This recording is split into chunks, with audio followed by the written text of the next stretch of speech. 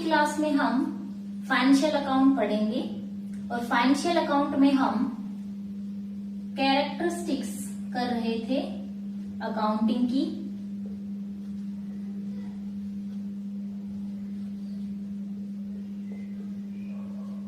हम 3 characteristics accounting की कर चुके थे अपनी प्रीवियस क्लास में। इस क्लास में हम नेक्स्ट जो कैरेक्टरिस्टिक्स है अकाउंटिंग की वो करेंगे। एक बार ओवरव्यू ले लेते हैं। सबसे पहली जो कैरेक्टरिस्टिक्स थी वो ये थी कि अकाउंटिंग इज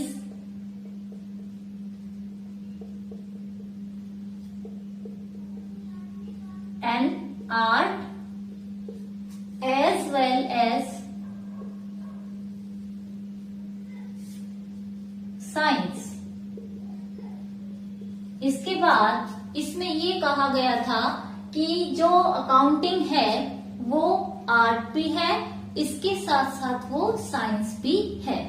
इसके बाद जो सेकंड इसकी कैरेक्टरिस्टिक्स थी कि इसमें उन ऑल ट्रांजैक्शन को रिकॉर्ड किया जाता है जिनमें फाइनेंशियल कैरेक्टर होता है।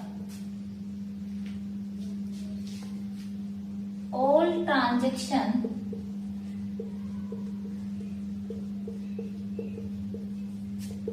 Record which has financial character। Third जो कैरेक्टरिस्टिक्स हमने की थी अपनी प्रीवियस क्लास में वो ये थी कि इसमें जितनी भी ट्रांजैक्शन की रिकॉर्डिंग होगी वो जर्नल में होगी और इन टर्म ऑफ मनी की जाएगी। मतलब उनको मनी में अमाउंट में लिखा जाएगा। जैसे मैंने आपको बताया था कि अगर किसी भी फर्म या एंटिटी के पास 100 चेयर्स हैं, 50 टेबल्स हैं, तो उनको हम उसकी फाइनेंशियल स्टेटमेंट में ये नहीं लिखेंगे कि this firm has 100 chairs, 50 tables। We will write all the things in term of money, in amount। इसके बाद जो नेक्स्ट हमें कैरेक्टरिस्टिक्स करनी है वो ये है कि हमने उन ट्रांजैक्शन को, कौन सी ट्रांजैक्शन को, जिसमें फाइनेंशियल कैरेक्टर होता है, चाहे तो वो फुल्ली फाइनेंशियल कैरेक्टर हो उनमें या फिर उनमें पार्टली फाइनेंशियल कैरेक्टर हो, उन सभी की रिकॉर्डिंग हमने कर ली थी। रिकॉर्डिंग को हमने एक बुक का नाम दिया था जर्नल। जर्नल में उनको हमने रिकॉर्ड किया था। इसके बाद मैंने आपको बताया था कि अगर बिजनेस का स्केल या एंटिटी का स्केल लार्ज है तो केवल एक जर्नल से काम नहीं चलेगा, उस जर्नल को सब्सिडरी बुक में डिवाइड कर दिया जाएगा। तो यहाँ पर हम अपने जितनी भी ट्रांजैक्शन थी उनको रिकॉर्ड कर चुके हैं जर्नल में। अब इसकी जो नेक्स्ट कैरेक्टरिस्टिक्स है वो है क्लासिफिकेशन।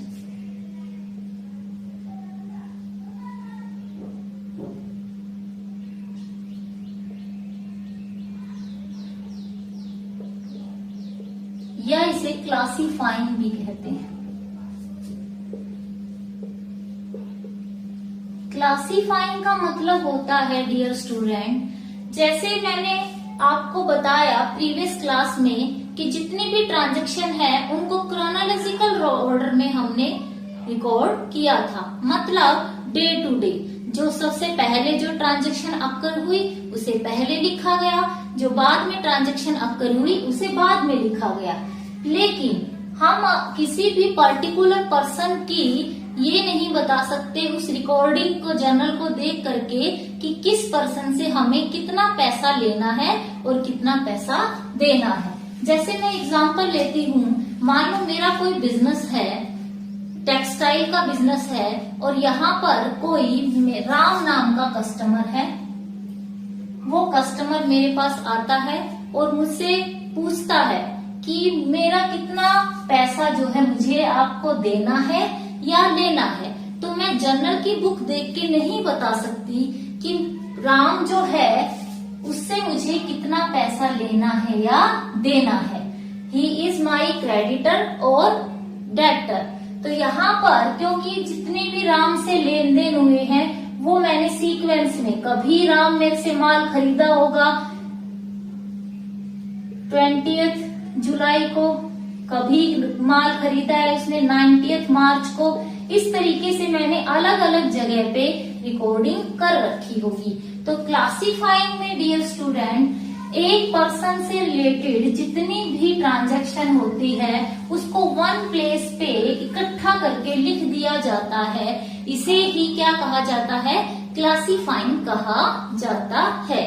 और जो क्लासिफिकेशन होता है उसके लिए भी जो बुक यूज की जाती है उस बुक को लेजर बुक बोला जाता है। लेजर बुक में पर्टिकुलर वन पर्सन की ऑल ट्रांजैक्शन वन प्लेस पे एक तरीके से मैनरफुली जो है लिख देना ही क्लासिफिकेशन कहलाता है। अब राम से रिलेटेड जितनी भी ट्रांजैक्शन थी वो मैंने जर्नल में देखी। राम का एक अकाउंट बनाया लेजर बुक में और वहां पर उसको राम से रिलेटेड जितने भी वो जिनके लिए डेटर था उनको डेबिट साइड लिख दिया, जिनके लिए क्रेडिटर था उन्हें क्रेडिट साइड लिख दिया। तो मैं बता सकती हूँ उसकी बैलेंसिंग करके कि राम से मुझे पैसा लेना है या राम को पैसा देना है। इसलिए क्लासिफिकेशन जो है वो बहुत ही इम्पोर्टेंट है और जिस बुक में ये किया जाता है वो बुक कहलाती है लेजर बुक। इसमें सभी जितने भी जर्नल में जर्नल एंट्री हुई है, जर्नल में जब हम ट्रांजैक्शन को रिकॉर्ड कर लेते हैं, रिकॉर्डिंग हो जाती है, तो उन ट्रांजैक्शन को जिस तरीके से रिकॉर्ड करते हैं उन एंट्रीज को जर्नल एंट्रीज बोला जाता है। अगली जो कैरेक्टरिस्टिक है वो है समराइजिंग। समराइजिंग का मतलब होता है स्टूडेंट कि जो भी हमने क्लासिफिकेशन किए थे ट्रांजैक्शन का उन सभी की समरी प्रिपेयर करना। जैसे राम एक कस्टमर था, राम के जितने भी ट्रांजैक्शन थे उससे रिलेटेड उनको हमने लेजर बुक में लिख दिया था। लेजर बुक में हमने राम का एक अकाउंट बनाया था जिसमें उससे रिलेटेड जो भी लेन देन थे उनको डेबिट कॉलम और क्रेडिट कॉलम में लिख दिया था, लेकिन उनकी बैलेंसिंग हमने नहीं की थी। और बैलेंसिंग का जो काम है वो समराइजिंग में किया जाएगा। यहाँ पर ऑल फाइनेंशियल स्टेटमेंट प्रिपेयर की जाती है। इसमें ट्रायल बैलेंस सभी बैलेंसेस का टोटल होता है, जिसमें सभी जितने भी अकाउंट बने हैं सबकी बैलेंसिंग की जाती है। ये बैलेंस जो है अर्थमेटिकल एक्यूरेसी चेक करने के लिए बनाया जाता है कि जितने भी जर्नल एंट्री हुई है क्या सभी को लेजर बुक में लाया गया है या नहीं। यहाँ से इन ट्रांजैक्शन की रिकॉर्डिंग्स को लेजर बुक में उतारने की प्रोसेस को पोस्टिंग कहा जाता है। इसके बाद हम ट्रेडिंग अकाउंट बनाते हैं, profit and loss account prepare करते हैं, जिसको हम आगे बहुत ही डिटेल में नेक्स्ट क्लासेस में पढ़ने वाले हैं। और लास्ट में बैलेंस शीट प्रिपेयर की जाती है। बैलेंस शीट में किसी भी एंटिटी का फाइनेंशियल स्टेटस क्या है ये पता लगाया जाता है। समराइजिंग में स्टूडेंट हम सभी ट्रांजैक्शन की समरी प्रिपेयर कर चुके हैं। अब इस समरी से हमने रिजल्ट्स निकाल लिए। रिजल्ट क्या निकले, जैसे ट्रायल बैलेंस से ये पता चला कि हमने जितनी भी ट्रांजैक्शन की है वो एक्यूरेट है, सबकी एक्यूरेसी हमने चेक कर ली, सभी की पोस्टिंग हो चुकी है। ट्रेडिंग से हमें ग्रॉस प्रॉफिट और ग्रॉस लॉस का पता चला। प्रॉफिट एंड लॉस अकाउंट से हमें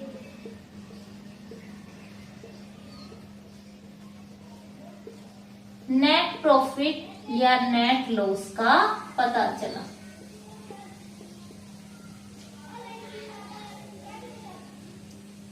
और बैलेंस शीट से हमें क्या बैलेंसेस हैं, क्या फाइनेंशियल स्टेटस है एंटिटी का, वो पता चला। तो यहाँ पर हम सभी रिजल्ट्स को गेट कर चुके हैं समराइजिंग कैरेक्टरिस्टिक्स में। इसके बाद जो नेक्स्ट कैरेक्टरिस्टिक है वो रिलेटेड है रिजल्ट्स को इंटरप्रेटिंग से। इंटरप्रेटिंग